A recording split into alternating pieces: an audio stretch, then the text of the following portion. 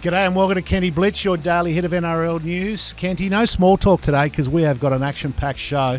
We start off in Origin Camp, New South Wales. Stephen Crichton has limped off. How big an issue is that, do you think? Oh, look, I don't think it's going to be too big an issue. Look, today was their last training run, and it was their last, solid hit out, obviously.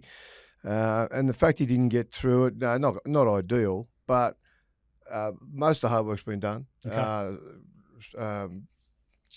Campbell Graham came in, finished the session for him. He's been there as 18th man on standby the whole time. Has done a little bit of time in previous sessions, obviously doing ball work with the players and whatnot, so he'll be ready. The big question is going to be the race against time, how serious the injury is. The only update we've really had is that the medical staff are looking at getting him scans and assessing it. Any chance for Turbo to get called up? Don't think so. I don't think they will. I think, look, he might come in as 18th man now, Turbo. Yeah, okay. But I don't think he'll come into the side.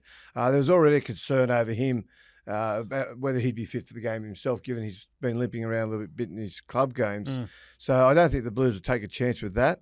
And Campbell Graham's he's just a quality replacement, to be fair. So I think, defensively he's very sound. And that's one thing. Look, Stephen Crichton is just developing into this wonderful all-round player, but what sort of really set him apart in the early days of his career was how clever or how good he was defensively. That was his his right bow, so to speak. And Campbell Graham comes in and basically does the same job. He's very good defensively. He knows the systems. Played there plenty of times, obviously at right centre, so he knows what's going on there. But look, Warren, that gives us something to talk about with Origin, doesn't it? So the mystery virus hasn't really surfaced this camp for Queensland, so.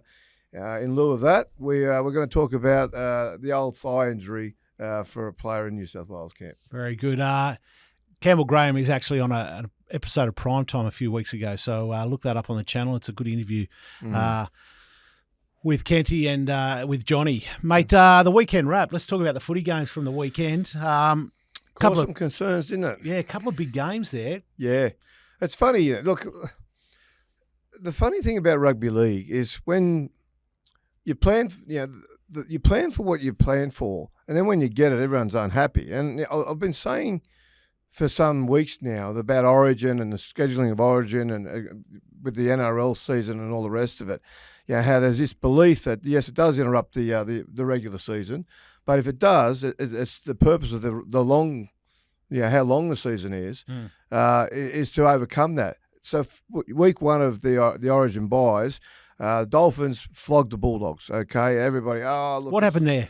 Well, I just think that the Dolphins went out. They hadn't been playing well, but they've been playing tough. Atrocious conditions. And I think that helped them. Yeah, and they just kept the ball. The Bulldogs struggled with possession. They weren't getting to their kicks enough. Now, out of that, what ended up happening is that avalanche effect, where once the small trickle becomes a big trickle, and in the end, they just wore themselves out defensively because they weren't holding the ball. They kept turning it over for the Dolphins to have it, and in the end, the Dolphins skipped away with the game and just played. They played smart football. The Dolphins, I think they deserved the win. And look, I know there's an argument there about players missing and all the rest of it and whatnot, but I just think that the Dolphins had a couple of players missing themselves. Yeah. Toby White-Fidel was not playing. We spoke about Tom Gilbert, hurt himself a week before. So two of their key players were also not playing for the Dolphins. And you couldn't really, I don't think you could really go through and say that the Bulldogs were decimated by Origin representation. I just think that they just played better in the conditions. I think Katoa, if he's not already, is a superstar in waiting. I mean, he is phenomenal. Well, look, that's for his age, right? Yeah, and that's the succession planning at the Penrith, okay? Because what happened back there, they had Katoa coming through. They realised that. They had him on a pretty good deal, even though he was a kid coming through. And he was coming through and he's being developed to replace Jerome Luai, who they believed that at one point it would become unaffordable to retain him. And that's exactly what's happened. Luai's now left and gone to West Tigers. They had identified Katoa as the guy to do that. Wayne Bennett, though, the old master, got under their guard and realised that Katoa was a kid with a significant future. So when he was putting the Dolphins together, he went into the Penrith system, offered Katoa a deal, and offered him what at the time was well above what he was worth, but it was what he needed to offer to get him out of the club. but he got him out of the club, and now it's starting to pay dividends. And he is going to be a special player if he just continues on this trajectory that he's on now. Yeah, mate. Speaking of young players who are doing very well, the Roosters. I mean, there was a couple of peanuts a few weeks ago on comments bagging myself and yourself out for saying the Roosters were on the rise, and they have. The last few weeks have been great performances by the young Roosters. Yeah, they have. They've gone great and smashed Sharks. Smashed the Sharks. Look, I wonder whether the Sharks had a little bit of an emotional sort of hangover from the week before. They were up to play Melbourne, who were the premiership heavyweights. They wanted to go and make a statement against Melbourne. They did that, and sometimes you put a lot of energy, you front load your energy into one game, and it's not the emotion. You're not there the weekend after.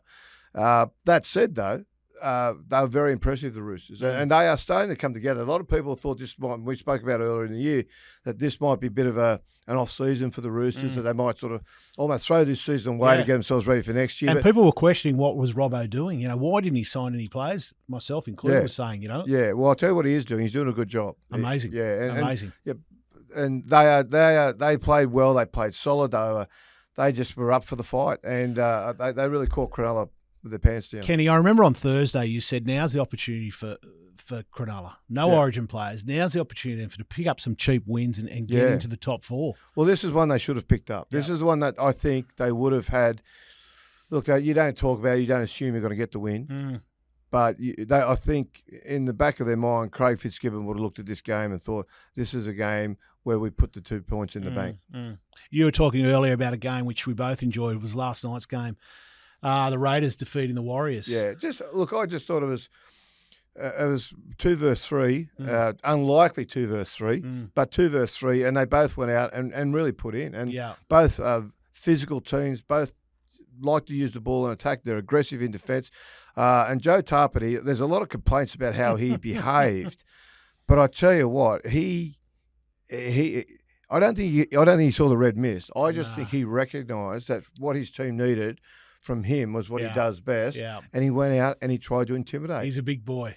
Yeah. And he was in their face. It was fantastic. Yeah, and he did. He went out and he changed the energy in the game. Absolutely. And that was – the Raiders got off to a bit of a slow start. And the great players – I've been reading Mitch Moses, a couple of interviews he's been doing lately about what he's been up to. Nathan Cleary, we already know.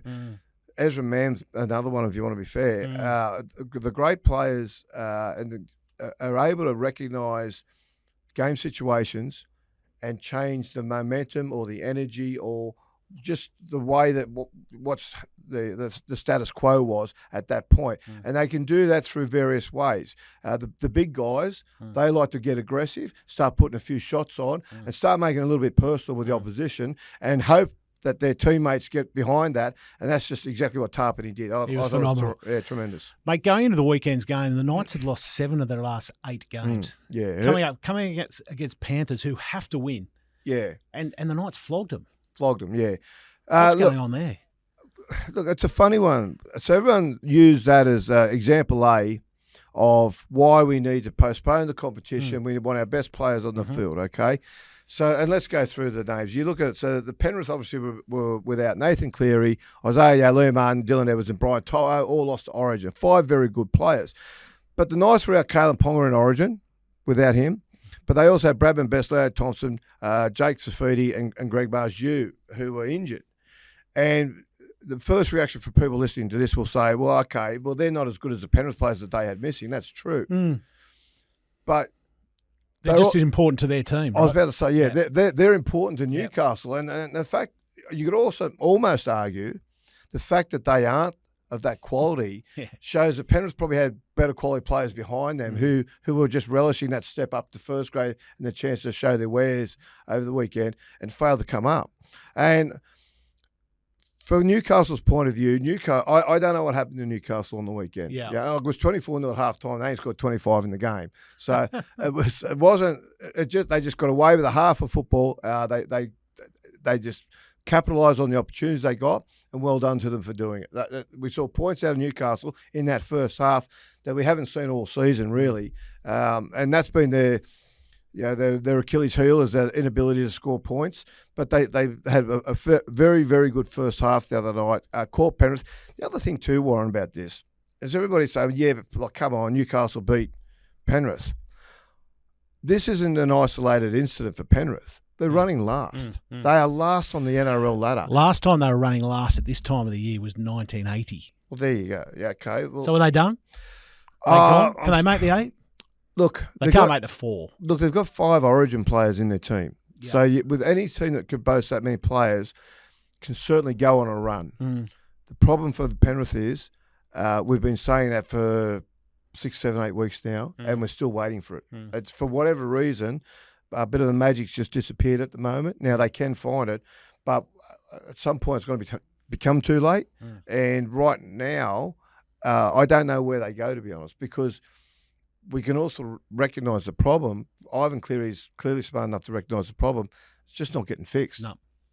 No. Mate, last week you called it. You weren't the only person to call it, but you called Galvin to the Dogs. Yeah. And yesterday news came out and Gus Gould confirmed that Galvin is going to the Dogs. Yeah, fascinating, isn't it? Look, it's not over the line yet.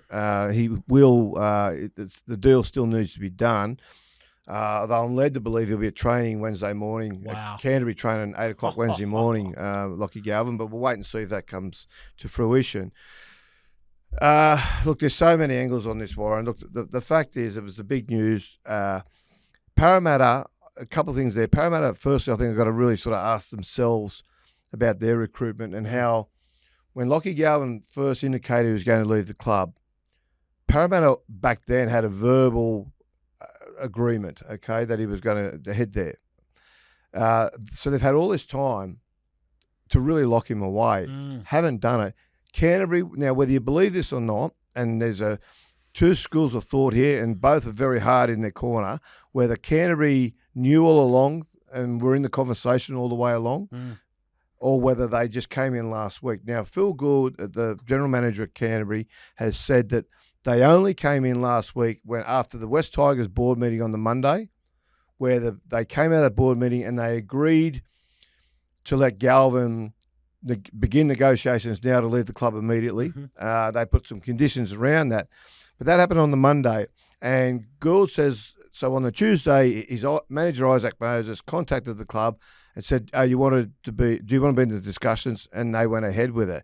Now, what also has happened since Gould said that first comment some months back is there's just been a bit of a feeling within the club that Toby Sexton's not going to be the guy that's got to take him to a premiership.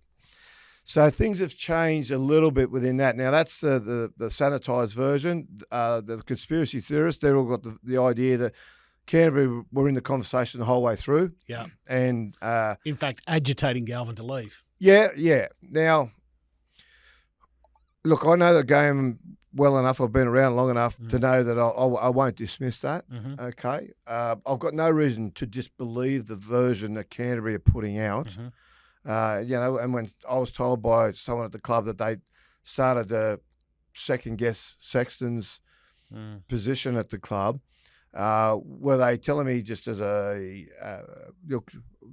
just an honest conversation, or were they planting seeds to thinking you were going to talk about it on the show? Thinking I was going to talk about it on the show, and which can happen. And so suddenly the narrative gets out there, and then when it eventually happens, everybody goes, "Oh well, they were tipping it." Okay, so look, there's two ways you can read that. I'm not as cynical as I probably am, but in this instance, I'm not. You cover it up. No, I just don't. I don't know.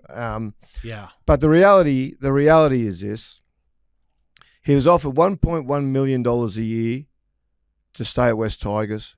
He said no, and he said the reason being he didn't have faith in Benji's coaching, coming from his manager, not him. Parramatta came in with an offer of about $800,000 a year, I think with the capacity to move a bit more. Parramatta had a meeting Friday night when they were playing Manly, not a meeting, but they were in a suite at the football. Isaac Moses was there. They had a discussion before the game, and they left that meeting having been nervous last week that they weren't going to get Galvin. They left that meeting suddenly recharged, thinking, yes, they're going to get him. Now, then over the weekend, I don't know what changed, but I know by Sunday, James Hooper was saying that Galvin was telling people he was committing to Canterbury. but he's committed to Canterbury for $750,000. So he's going there for less money. Now, I'll cop the argument that a guy will take less if he thinks he's going to learn more. But he's leaving about $2 million on the table for that West Tigers offer. He's leaving several $100,000 on the table for the Parramatta offer. And the other thing I find so fascinating is how Canterbury can just suddenly find $750,000 in their cap. Yeah. Well, let's talk about that, because how, Isaac Moses has a history of doing this, right? That's the issue, Warren. That's one of the really big issues that we haven't focused on. Isaac Moses has a history of taking players out of clubs based almost purely on getting more money, taking it because there's a bigger deal out there.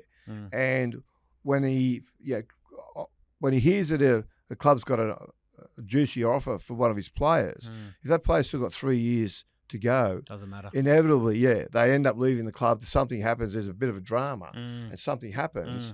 And they leave the club and they get the bigger deal.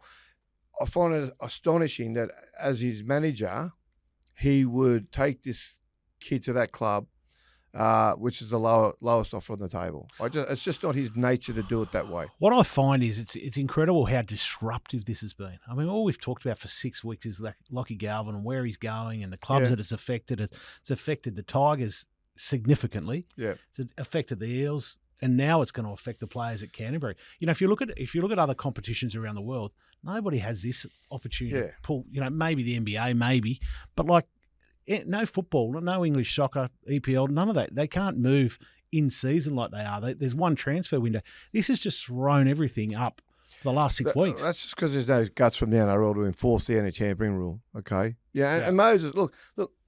To my point earlier, it was only 3 months ago we were talking about Dylan Brown getting out of Parramatta when I know he had the clause in there, but he also had multiple years left at Parramatta. Another client. Who was his manager? Isaac Moses. Yes. Why did he go? Because suddenly they put a $1.3 million a year offer on the table. Yeah. Okay. So that's the hard part. So I really think the NRL are going to start showing some leadership and some courage to firstly just really put a fine-tooth comb through this whole negotiation process. Andrew Webster's come out and called for a Gus rule because it pisses a lot of people off that that Phil Gould is coming out and romancing players on TV. What do you think about that? I think it's rubbish. Yeah. It's rubbish. Look, the fact is this. Sorry, you think the Gus rule's rubbish, or you think Andrew Webster? What? I think the rule's rubbish. You can't look. Yes, he does. Phil Gould comes out, he woos him, he says all these beautiful things about him and raps best him. Player we've ever seen, greatest teenager, will make more money than any other player in the game, blah, blah, blah. But Warren, do you don't think other conversations are taking place? Yeah, true. That's the issue. Of course they are. Like Gould says it publicly. Yeah. People can sit there and read it. Yeah. But you don't think, as I said, he committed to Parramatta, all but signed the contract several months ago, Galvin, through his manager. These conversations are taking place. The NRL, and this is the issue, everybody gets upset with the managers and says they get angry with them because the manager's the guy who's leading the charge to get his player out of one club and into another, and everyone gets upset. The manager can't do the deal without the club's cooperation. Just can't happen. Can't open the conversation without the club's cooperation. And yet they're all signed to deals. This is part of their agreements with the NRL to be a club official or to, in another aspect, be a manager, that you're not allowed to do this. Yet how many times, except for when there's been a whistleblower, has the NRL ever uncovered any evidence? The answer is never. They do not do it. They sit there, and there's a private theory the NRL secretly love it, so they don't really care about it, that it's happening. Why do they love it? Because it stays in the news, right? Because it keeps people talking about rugby league. Yeah. See, one of the death knells of rugby was they were so good at shutting down any hit of a scandal that people just stopped caring, stopped talking about it, then they stopped caring about it, and now rugby's just an anonymous game. Okay, if you're not a rugby fan, you can walk along William Street out here and ask 10 people to name 5 Wallabies. I don't reckon you get one of them that hit it right. It's an anonymous game. People talk about rugby league. The NRL silently encourage this by their lack of action. But it's embarrassing to a code that wants to call itself a professional sport, that wants to call itself a world leader, that claims now it's the most watched game in the country, and they cannot manage this. So do you think it's Abdo being soft or Abdo being smart? It's Abdo being soft, but it's not only Abdo. It's been there's a history of NRL chief executives who have been unwilling to dive into this. It's easy enough for all the journos to get on the phone to the managers and find out who's talking, and they've led the way. It's embarrassing to think the NRL either don't know, which is possible because there's some numbnuts in there, but it's possible, or either don't know or don't care. That's the truth of it. There's no inclination for them to change anything, and they really need to get out and get in the market for that because it really grinds the fans. It really sits badly with them. And look, there are rules brought in. The November 1 rule was brought in. Before that, there was a June 30. But there's all these different rules that have been brought in. The NRL show no capacity to be able to police any of them. And I mean, that's a joke now. This is 1st of November is a joke. They might as well get rid of it because this is just demonstrated. That's just a joke. Warren, when Lachie Galvin first came up, that he was not going to re-sign at West Tigers, we had the discussion on this show, on this podcast here, that he would probably unlikely see out the season this year at the Tigers, that a deal would probably be done before June 30. Okay. Here we are, several months later. That conversation has been long forgotten. But I said that because I know that's the way the game works. That's I'm not trying to be smart about it. That's just the way the game works. You could see this happening from a mile away. Tigers did the only thing they could. They maximised the situation to get some return. Because if they done what Shane Richardson had initially said and just said, look, we're not releasing him, we're going to make him play out his contract, which goes into the end of next season, they would have got there. Clearly there's already unhappiness now at the Tigers, but they would have got to the end of it. They would not be any better place than probably where they are now. And they would have had no benefit from losing him. Whereas now, at least they've been able to get him out. They've got a transfer fee, which I think is about $165,000 from Canterbury, which will go, it can't hurt, obviously. So they've got some benefit out of it. And most of all, they've got him out of the club now, so the club can go back to pulling in the one direction, which is one of the problems that the game that they've got. They've been split now as a club. The other part to that's interesting, which I find interesting, is we always have this conversation in the game about how professional we are. This is what happens in professional sports now. It is a... Yeah, so talk to me about that. Talk to me, because people are saying, well, Toby Sexton, how can they do it to Toby Sexton? And just before that, I'm not pissing in your pocket, but when we talk off camera, it's amazing how many things you've seen over the years which play out again here. Like this whole Lachie Galvin thing you called... It's just human behaviour. It's the way the game operates. And anyway, talk to me about the Toby Sexton thing. Well, okay. So look, Galvin turns up now. If he turns up Wednesday morning at training at Canterbury, he's going to have to sit there and go, okay, Toby Sexton has been the starting halfback. Whether he's the guy or not, he has got Canterbury to the top of the table. They're leading the competition. He's done a pretty good job. So. He's got we've just finished round 12. We've got 15 rounds to go. So what do Canterbury do? Do they move him on and try and get a return and clear space, cap before space? June 30, yep. Well, I think they'll try and move him on. Sexton straight away. I think they'll try and move him on. I think there'll be a discussion there because I think they'll need the cap space to get Galvin in. The other part to it is they've got to.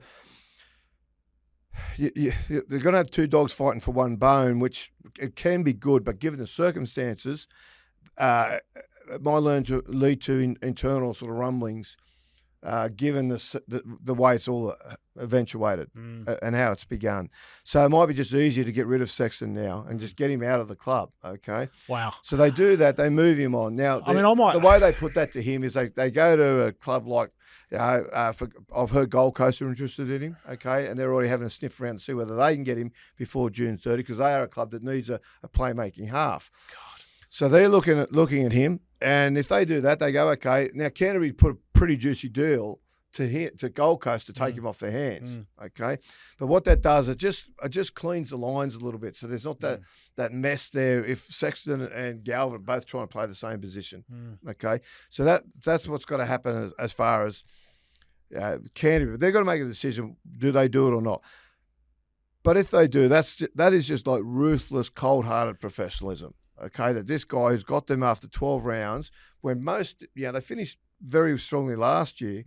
2-3 years ago, they were down the bottom of the ladder. Okay, I can't remember another case of that kind of ruthlessness. No, but that's the way the game's heading. Yeah, we're heading that way as a game because we are a professional sport. Yeah. Okay, and as a fan, we don't understand. Well, I don't understand that as a fan, right? The one thing about it is rugby league, increasingly as we're seeing, is a results-driven business. Yeah. And if you cannot put together winning seasons, you don't last long in the game. Yeah.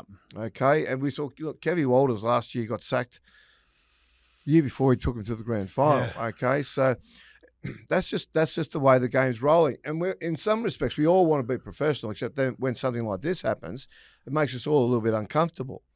But I just look. That's the way we're heading. Do we like it or not? I don't know. Yes, but that's the way we're going. But if that's the way we are going to go, then the NRL, as the administrative body running the competition, they need to roll their sleeves up and say, okay, we're actually going to get serious ourselves here. And if we're going to have rules in there for anti-tampering, we're going to start enforcing them. Yeah, because at the moment they're not. It's a joke. It's a free-for-all at the moment. James Graham yesterday said that Galvin will need to earn his spot. Yeah. Ridiculous? No, look, I understand it. And I understand that coming from James Graham because that's how he played and that's how he led a club, okay? And that's what was important to him.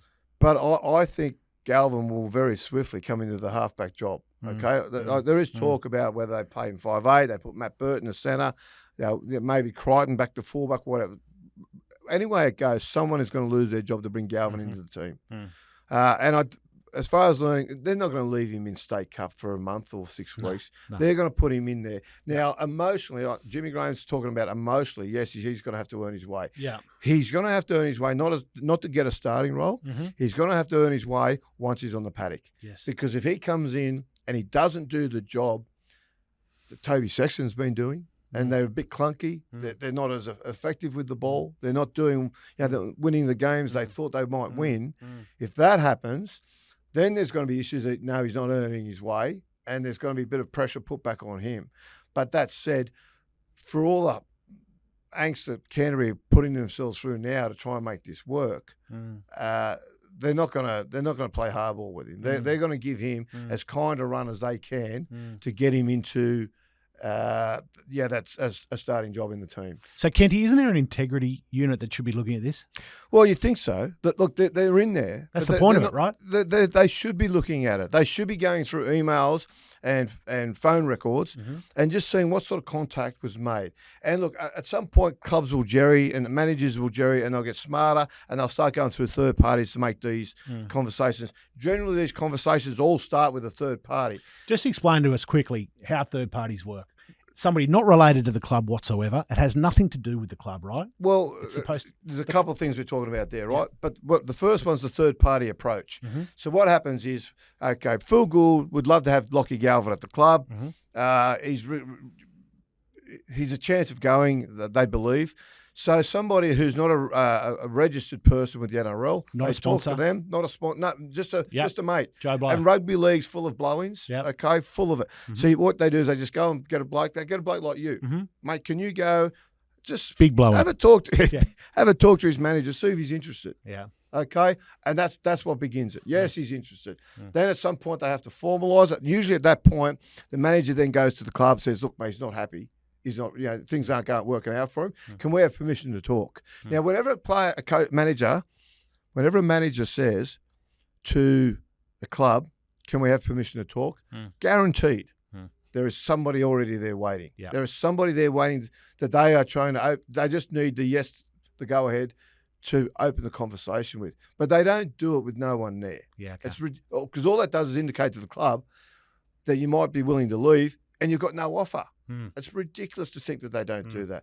But So that's how that works. But then we get into the third-party sponsorships, and this is the other thing the NRL have got to look at. Lockie Galvin's knocked back $1.1 million a year from the Tigers on the cap to take $750,000 at the Bulldogs on the cap. Okay, that's $350,000 a year. He's leaving behind. Now, third parties work this way because if you look at the history of the game, and people can say what they like, the cheaper clubs, or the skinnier clubs, are just basically development clubs for the rich clubs.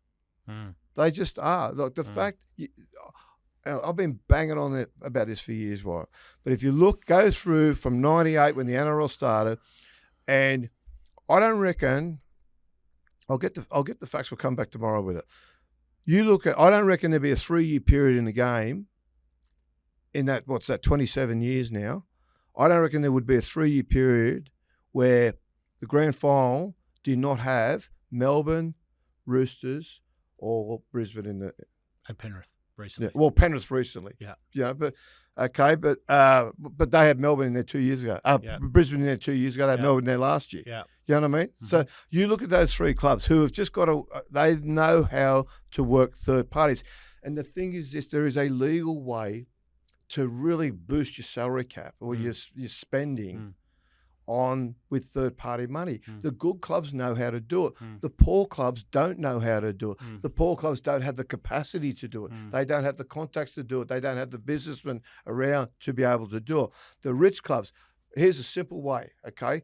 I'm worth tens of millions of dollars. I'd love to go and sponsor the club because I'm becoming an old man. I want to come in, I want to sponsor the club because I just want to hang around the footy and go to the footy with my mates and a couple of other mates and sponsors. Club chairman says, mate, don't come and sponsor us. You just offer this guy over here a third-party sponsorship. So you'll have no official contact with the club. But what I'll do, I'll get you in the chairman's lounge every week. You can come and have a beer with us. You can come in the sheds have after. in the sheds after. All the benefits of being a sponsor. Yeah. But you're only sponsoring Billy Bloggs playing fullback.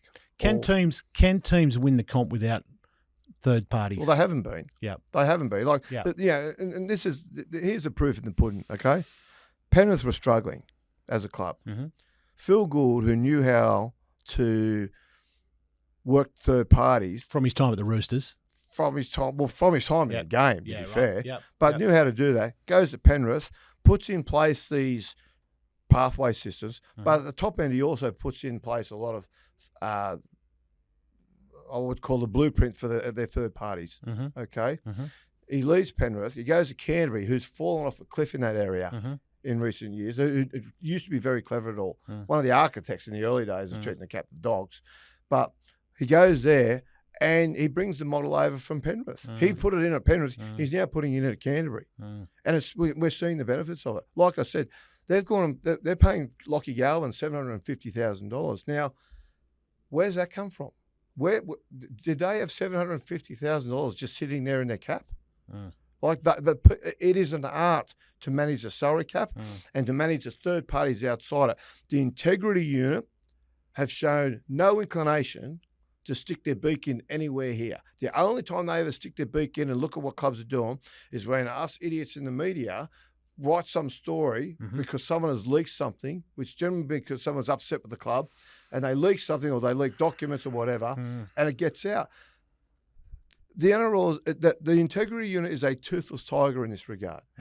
Every major salary cap scandal has been brought down by the whistleblower to the media, not the integrity unit doing their job. I'm puzzled sitting here trying to think through those things that you've said. I have to watch back the episode myself. Lots to talk about. I'm sure we'll be back tomorrow talking about it again. See you then.